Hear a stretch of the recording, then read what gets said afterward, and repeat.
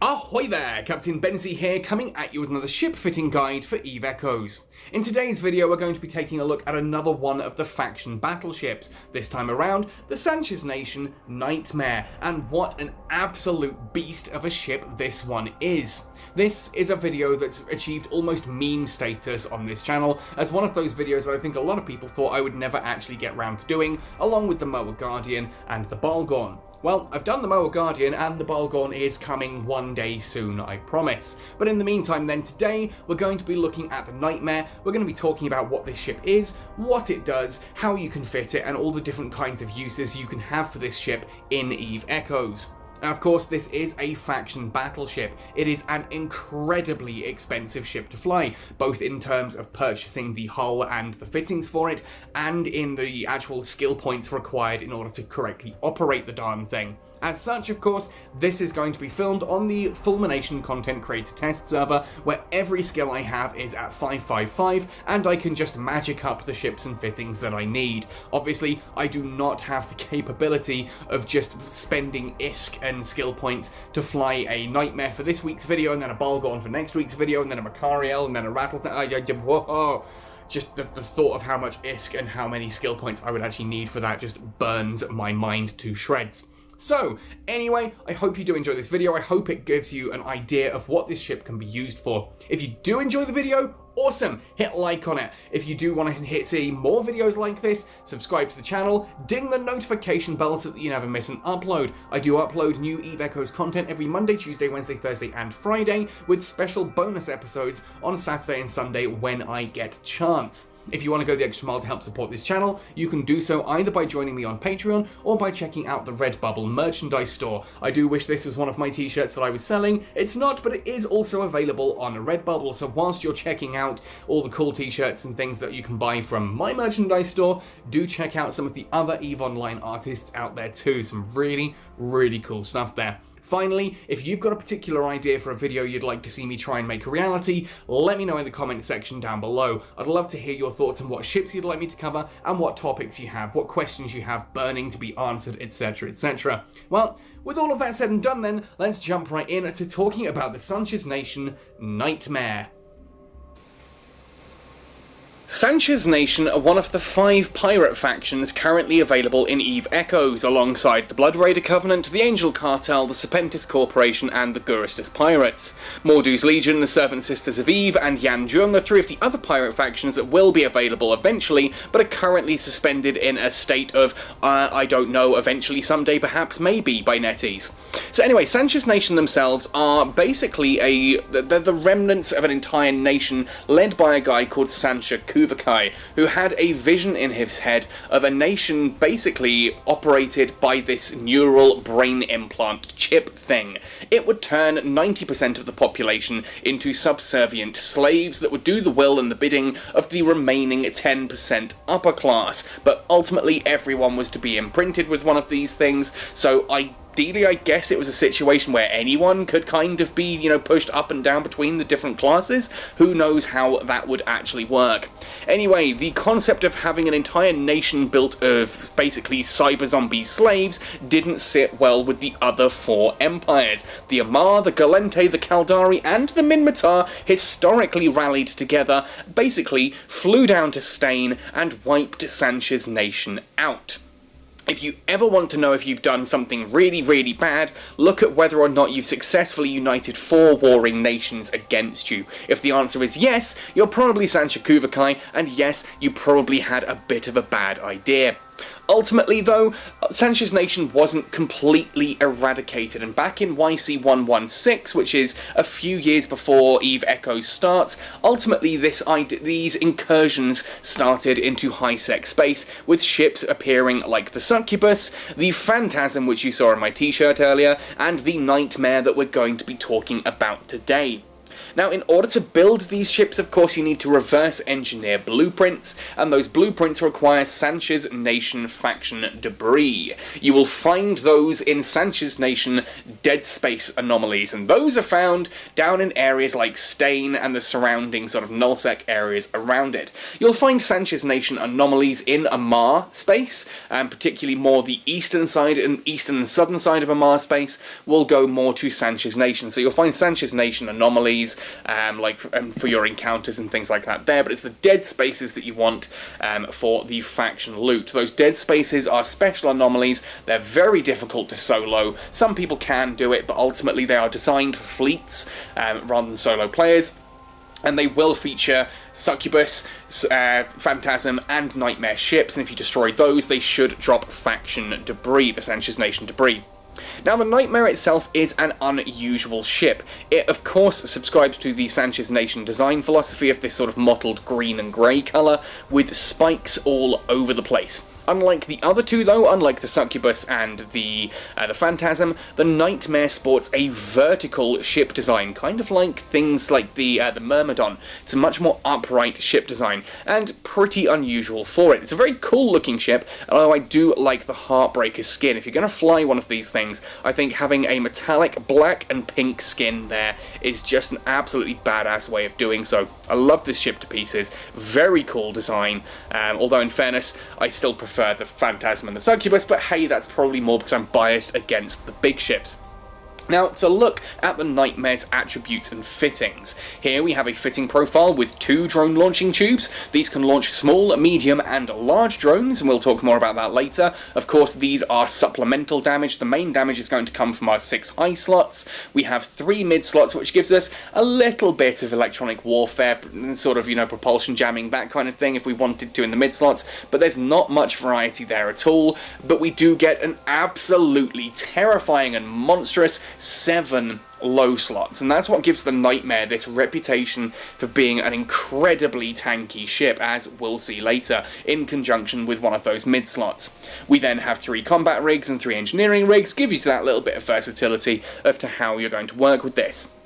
Now, as I said, this is one heck of a tanky ship, and you can see that we've got a basic defense of 97,663. That's before we take into consideration anything else. The shield alone is almost 32,000 hit points worth, with a structure and armour both around the 24,000 mark. This is not a ship that goes down easily on paper, let alone once you've fitted it and start looking at this in more advanced numbers.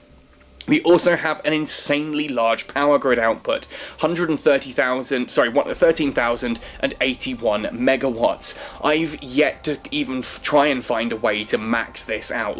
There is just excess power grid on the Nightmare. You are not going to worry about your power grid when trying to fit modules in this thing.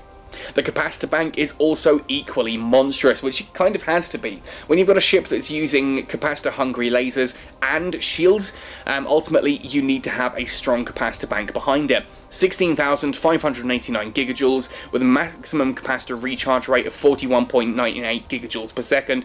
That is humongous. Ultimately, this thing, the capacitor recharge rate is alone bigger than plenty of capacitors in the frigate section of the game. This is a big ship, big capacitors, big power grid, big defences, and the big doesn't stop once we hit the signature radius of 294 metres. Now, admittedly, that is actually not particularly large for a battleship, but considering we're going to increase that by 500% later on, and, well, yeah, you're looking at one of the largest ships ultimately currently available in EVE Echoes in terms of signature radius. It is fairly slow, 121 metres per second, with a very low scan resolution of 101 millimetres. That really should be.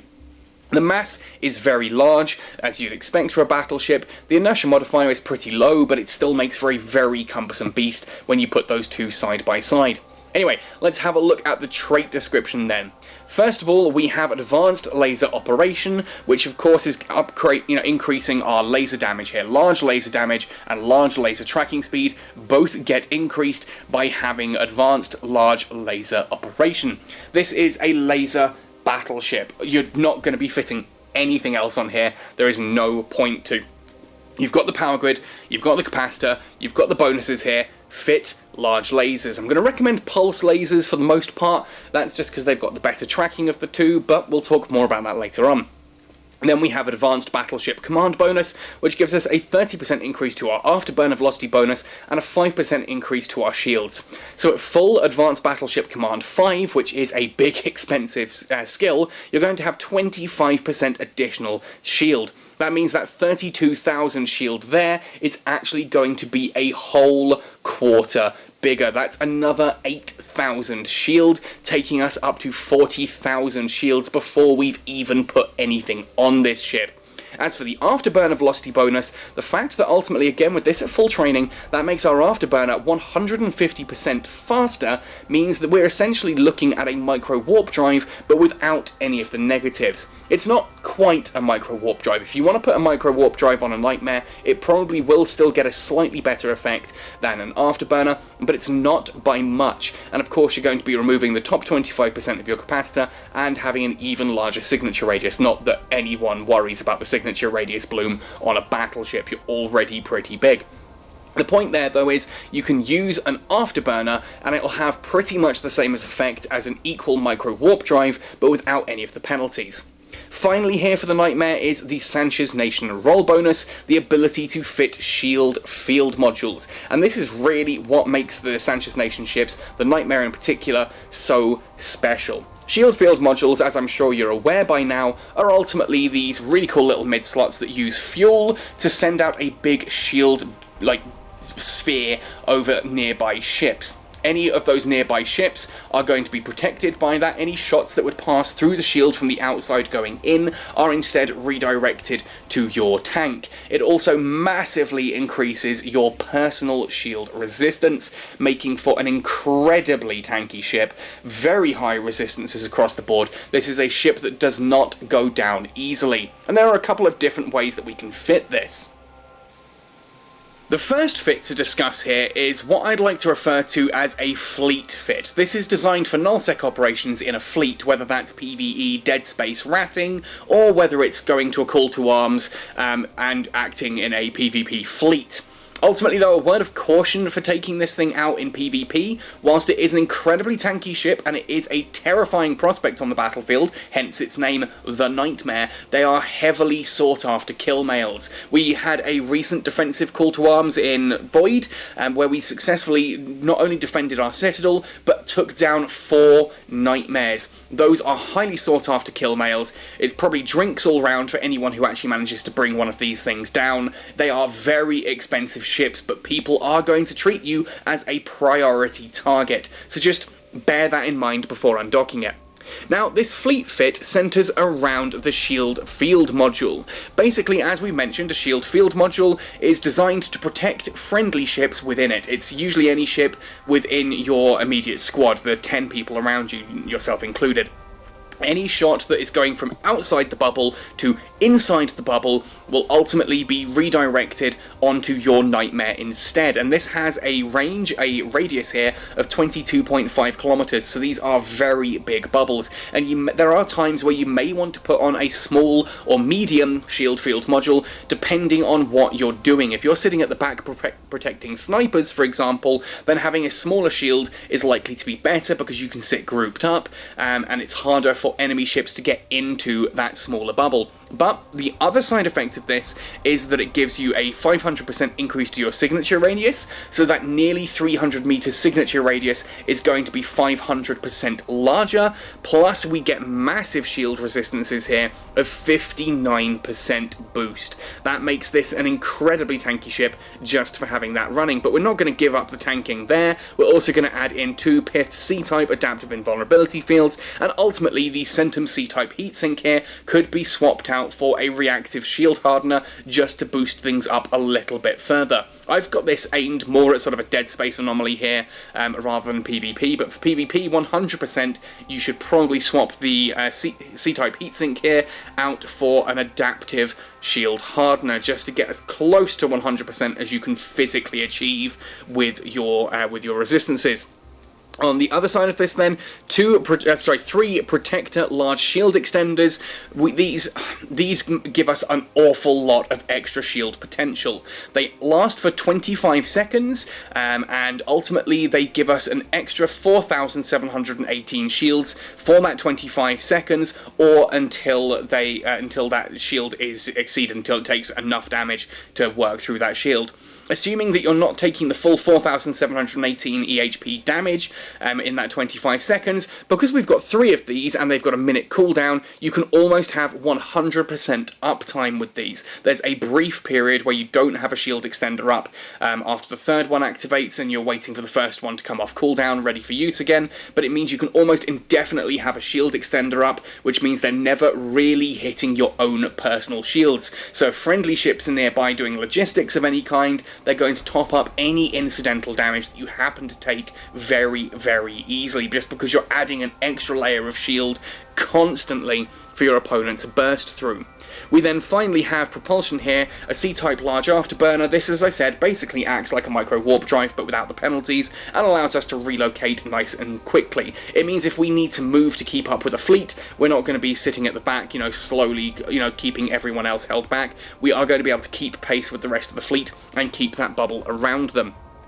Our biggest threat, of course, is anything coming in under our guns, so we have 2 Predator Stasis Webifiers, and I've gone for 2 medium drones here. Yes, we can fit large drones, but large drones tend to struggle against the smaller, faster-moving ships. So mediums, well, we may as well have these in here to do some damage against those. And for that same side of things as well, I've gone for C-type large pulse lasers here. Pulse lasers are the shorter range variant of lasers, of course. Beam lasers are the long range ones. We still have a very respectable optimal range here of 31.5 kilometers, but with a very short and sharp accuracy fall off of 6.75 kilometers. So you go from optimal to ineffective very, very quickly. You do want to really be sitting at that 32 kilometer mark where possible for dealing damage. The tracking speed is also fairly low, 9.95, but compared to beam lasers, that's still preferable. And with the slowdown of 2 Predator Stasis Webs, you should be able to hit all but the fastest moving targets, which is kind of useful. It means you can apply your damage a lot better. The beams are useful. If you go for beams, it's probably because you're sitting there defending some snipers. You've got a load of friends and things like Dominic's, etc. Yeah, you might want to keep your range and just put a bubble around them and then pick off anything that gets, starts looking like it's going to get close. That's a viable way of doing it, but even then I'd probably just let the Dominic's deal with the damage. You sit there quite happily, keeping them all nice, safe and secure, and then you have the large pulse lasers. Anything comes within sort of 40 kilometers, you blap it off in 2 or 3 hits. Now, for the rigs here. Combat rigs, I've gone for full-on shielding here. A core defense field extender gives us 30% larger shields for having this fitted. We've got an anti-thermal screen reinforcer and an anti-electromagnetic screen reinforcer just to plug those resistance holes and give us some nice hefty resistance bonuses. On the other side of things, I've got a targeting system subcontroller just so we can lock onto something before the battle ends, along with 2 capacitor control circuits to help us just keep ourselves as close to capacitor stable as possible. Ideally, we're not going to be using too much capacitor, destabilizing stuff. We've got 16 minutes 14 seconds here. That's probably more than enough to last through even the most arduous of battles here with a Nightmare, especially since you're probably going to have someone with capacitor boosters and remote capacitor transmitters, etc. in your fleet as well. But what this gives us is a fairly low DPS of 1094.85, low for a battleship, I state, although again, remember, actually applying this to a target is a very different thing. You may look and say, well, yeah, okay, but like my Harbinger only does 800 DPS, this is doing 1000. Yeah, but your Harbinger with medium lasers is going to be able to hit things a lot, smaller, a lot better. It was going to do that 800 damage consistently, whereas that 1000 damage here is not quite as consistent unless you're shooting at large targets at the edge of your optimal range with a low angular velocity. We have a cold defense here of 241,071, and I will undock in a moment and show how insane this gets. Cold, we have kinetic and electromagnetic of 40% resistance, with thermal at 52 and explosive at 55, but again, that's going to shoot right up in a moment. Targeting, we're still sitting at a paltry 171mm of scan resolution, and navigation looks very slow at 175.45 meters per second, but again, if we are to activate our afterburner, we will move a lot faster, and I'm going to showcase that all now as well, so we're going to undock here and see this in space with the adaptive invulnerability fields and the afterburner, etc. active. So here we are. I haven't bothered grouping any of these modules, so you're going to have to forgive how messy this is. Let's activate the Afterburner, and we'll activate both of the Adaptive Invulnerability fields and the group, the Shield Field module. There we are, there goes the Shield Field module sphere. Big enough to encapsulate the actual Citadel there as well, which is pretty awesome. Now let's have a look in the fitting menu at this.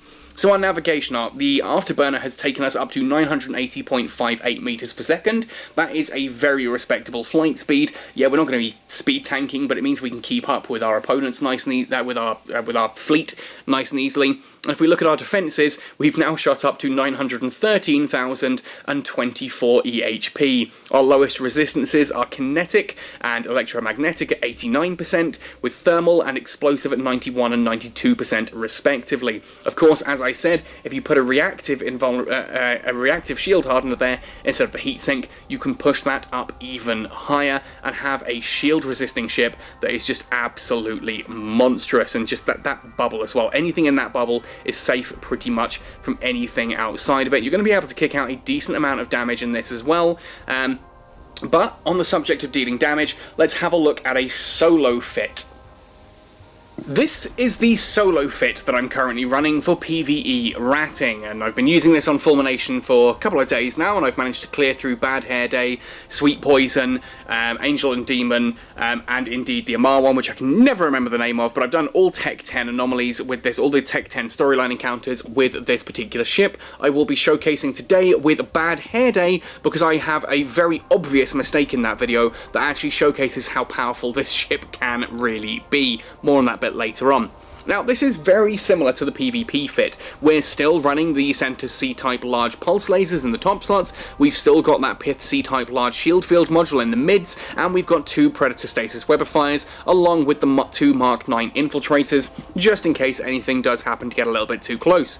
We also still have the C-type Adaptive Invulnerability fields, and the large Afterburner. What's changed, however, is we've swapped out the extenders and the heatsink for 2 large shield boosters. There's a reason that we have 2 of these, and I'll explain that in just a moment, along with a large capacitor battery that just helps us maintain capacitor stability that little bit longer and gives us a boost of capacitor when we need it, and a tracking computer which just pushes the tracking of our pulse lasers almost to 11. It's still pitiful, but it does make a big difference. Going from 9.8 or whatever it is up to 10.9 really does make a difference, and I found that not using the tracking computer, I really struggled to hit and deal with some of those smaller, faster ships, whereas going above that 10.5 mark in almost to 11 really actually made a massive difference, and I was able to hit much more effectively.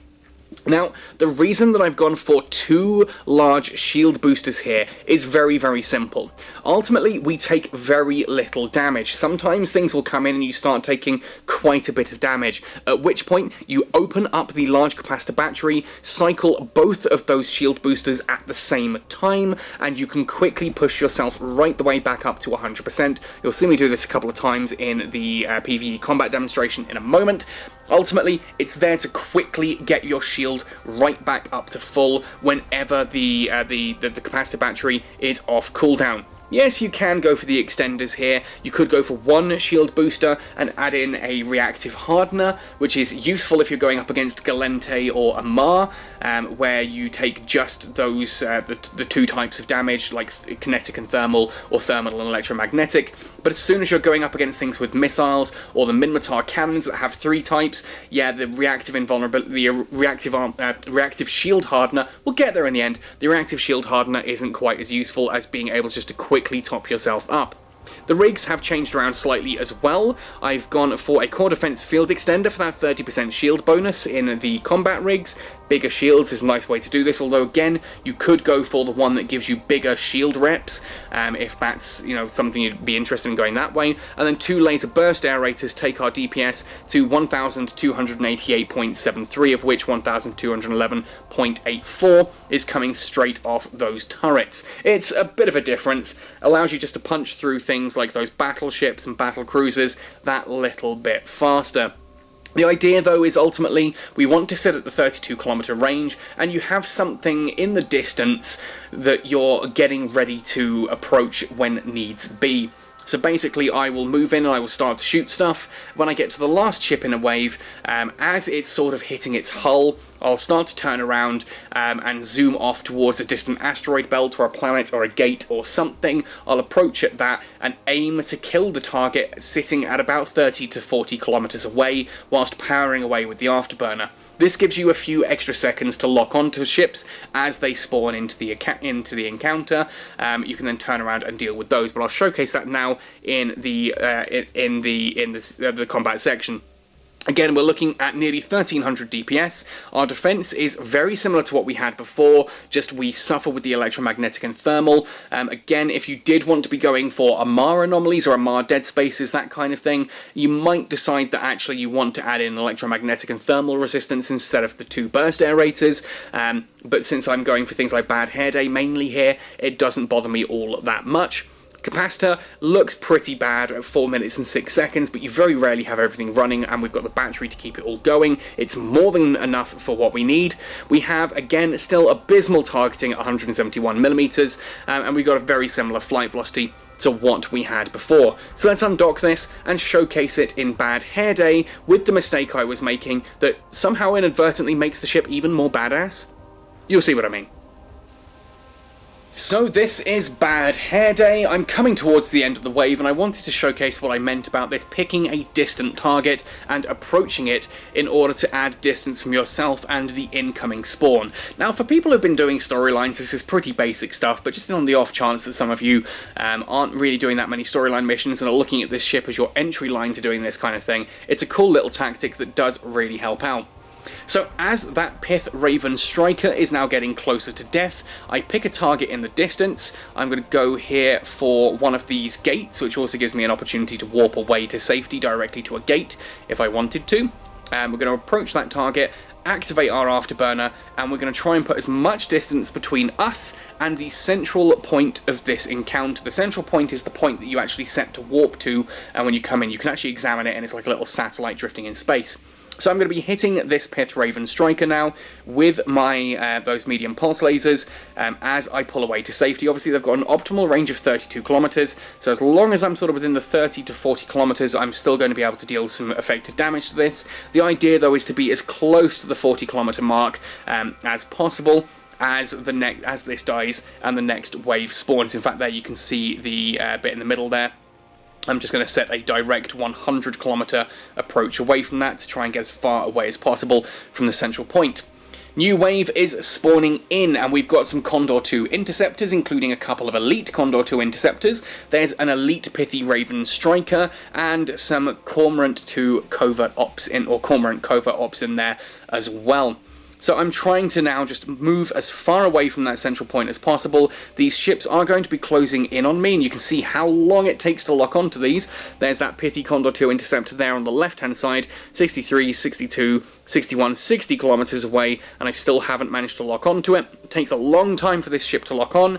I'm about to hit 100 kilometers away from the Bad Hair Day point, which means my ship's going to stop and turn around. That's fine. This Condor 2 interceptor is on an intercept target. There we are, bang, one hit, boom, gone. Very low angular velocity because the ship is coming in a straight line towards me. I'm now going to hit approach onto our next target, which is going to be the elite Pithy Condor 2 interceptor. And we're going to deal with that one. You can see I can get a couple of big hits off with the lasers as it's on an intercept course with me because it's trying to get a nice direct line towards me. That means it has a very low angular velocity and it's fairly easy for me to hit. At this point though, you'll see I barely hit at all. Most of those cannon shots, most of those laser shots now are going to be grazes or misses from here on out. I send in the drone, and the drone is ultimately what is going to kill this elite Pithy Condor 2 interceptor. This is why I absolutely recommend going for medium drones on a battleship like this.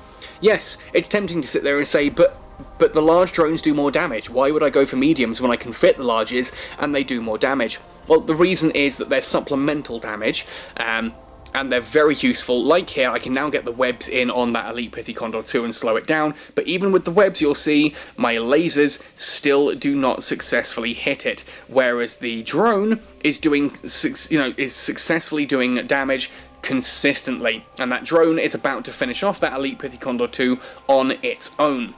Now, as I move towards the next ship, I'm going to start approaching here the Cormorant Covert Ops, a ship that I'm personally very excited to fly myself. As I start to move towards that, I'm hoping you've already spotted the big mistake that I made when fitting this ship and doing this encounter. If you haven't spotted it already, take a look at the shield field module on the left-hand side of the upper row of my modules. What do you notice? Yes, it's not a shield field module at all, it's a group shield booster, which does not increase my resistances at all, but I'm quite comfortably doing this entire mission without the additional resistances granted to me by having a shield field module active. And the large group shield booster doesn't actually do all that much in the way of shield boosting either to me, as far as it goes. I've barely had to activate the shield boosters this entire run. There was one point where I got caught out at the start of a new wave, and things just started hitting me a little bit faster. As I powered to safety, I hit the battery and I hit both the shield boosters, and I didn't drop below 90%, I don't think. After that point, it sort of went all the way back up to 100%. I took a little bit here and there, but I stayed very much comfortably topped up. And there goes that Covert Ops Cormorant. So now we move on to our next target, and we're going to one by one start pulling these down.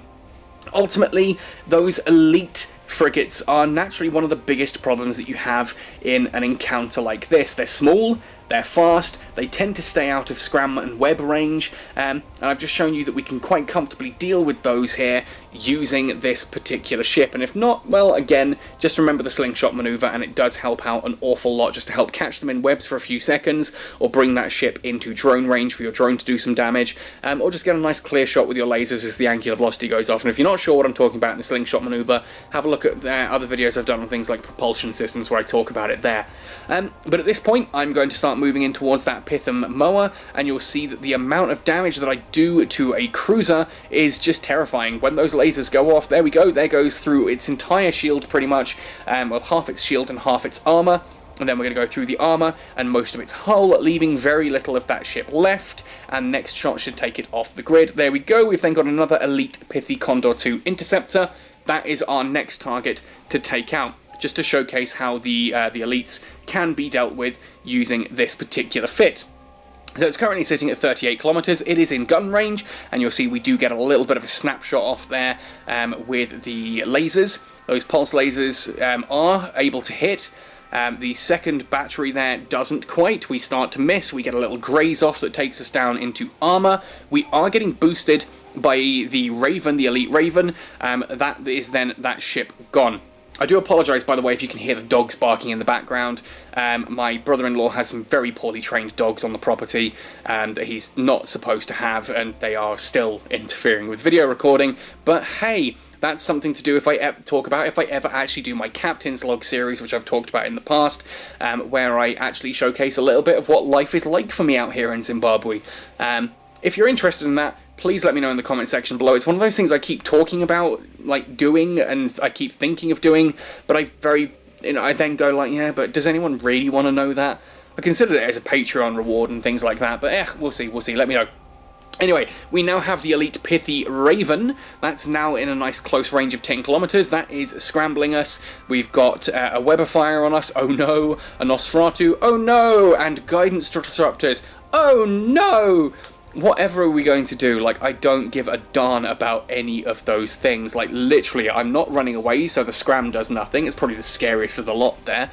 The Nosferatu's not even denting my my capacitor. The Weber fire, well, I'm moving at 0 meters per second currently anyway, so oh no, you're making me go slower than 0. What, is my ship in reverse? Here we are though. This is a good point. This is me now going, oh, I've taken a little bit of damage. Let's activate the capacitor battery, both the shield boosters, and we'll top ourselves back up to 100%. I can then switch those off and let the capacitor recharge naturally under that capacitor battery. But yeah, oh no, the Weber fire and all that. This is, I think, where I realised that, hang on, I'm not using the group shield boost. I'm not using the shield field module, I'm using a group shield booster. When I looked at my resistances and went, those look a bit low. 57%? Like, shouldn't that be 59% basic?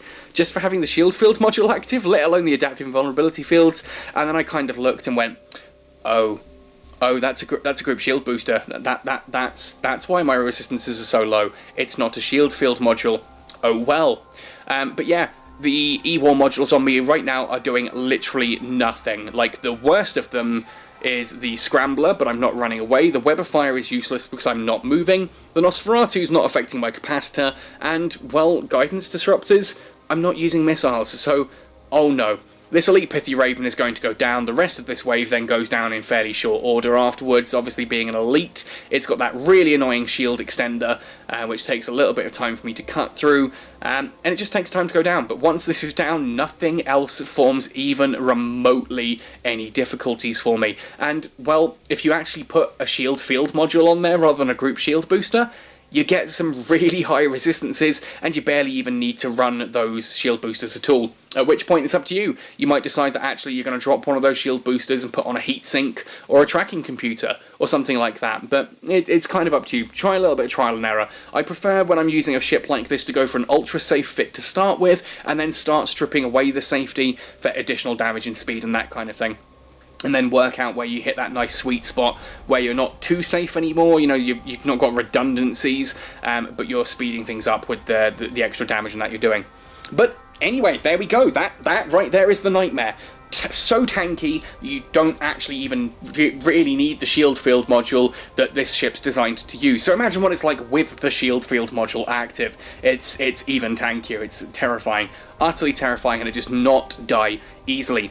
For PvE, this is probably the tankiest ship in the entire game. It naturally does struggle to hit some of the smaller, faster-moving targets, so if you're going to do things like angel anomalies and things like that, or angel encounters, consider bringing a friend who's got some, you know, faster tracking guns than you do, and is able to hit those smaller targets better than you can, but otherwise, you're pretty good to go. Like, this is probably one of those ships that just sits there and laughs in the face of oncoming content. The downside, though, as I said, is in PvP, you are a big target. This is a very, very sought-after kill mail. If you're in a PvP-enabled area, in a Nightmare, be aware that other ships are going to want to try and take you out just for the glory of being able to say they can, because you're that difficult to take out. So just be aware people will throw an entire fleet at you just to try and get that kill mail. Other than that, though, excellent for PvE, great fun to fly, and it's a really cool Sanchez Nation ship as well, which always sits quite comfortably with me.